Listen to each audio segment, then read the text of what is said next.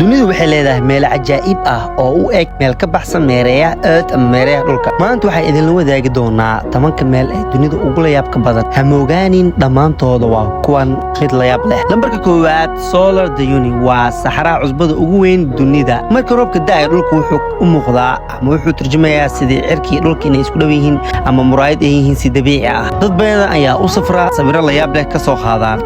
Western Glorin Cave waxay ku taalaa New Zealand. godadkani waxaa ku nool cayayaan iftiin buluug ah bixiya sida xidigaha cirka ku yaala. waxaad ku dhex maraysaa doomo yaryar ah oo jabi sixir abuuraya ah. lambarka saddexaad Jangi Dansha waa buuraha la yiraahdo Rainbow Mountains waxayna ku yaalaan dalka China. waa buuro midabo kala duwan leh, xasaan, jaalo, orange waxay ka samaysan yihiin dhagaxyaan kala duwan dabiici ah.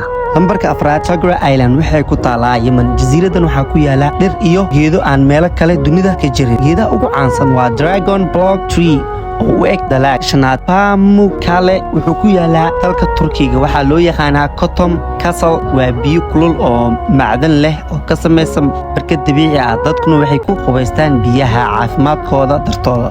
lambarka lixaad Antelope Canyon wuxuu ku yaalaa USA. waa god dhagax ah oo leh qaab qaloocan oo qurux badan. marka qoraxda soo gasho iftiin toos u soo dhacaya ayaa muuqanaya. sawiraduna waa kuwa layaab leh.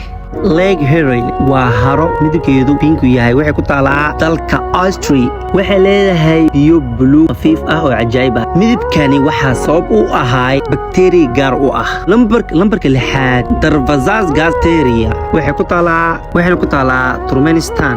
waxaa kaloo loo yaqaanaa Door to the Hell ama albaabka jaxiimada.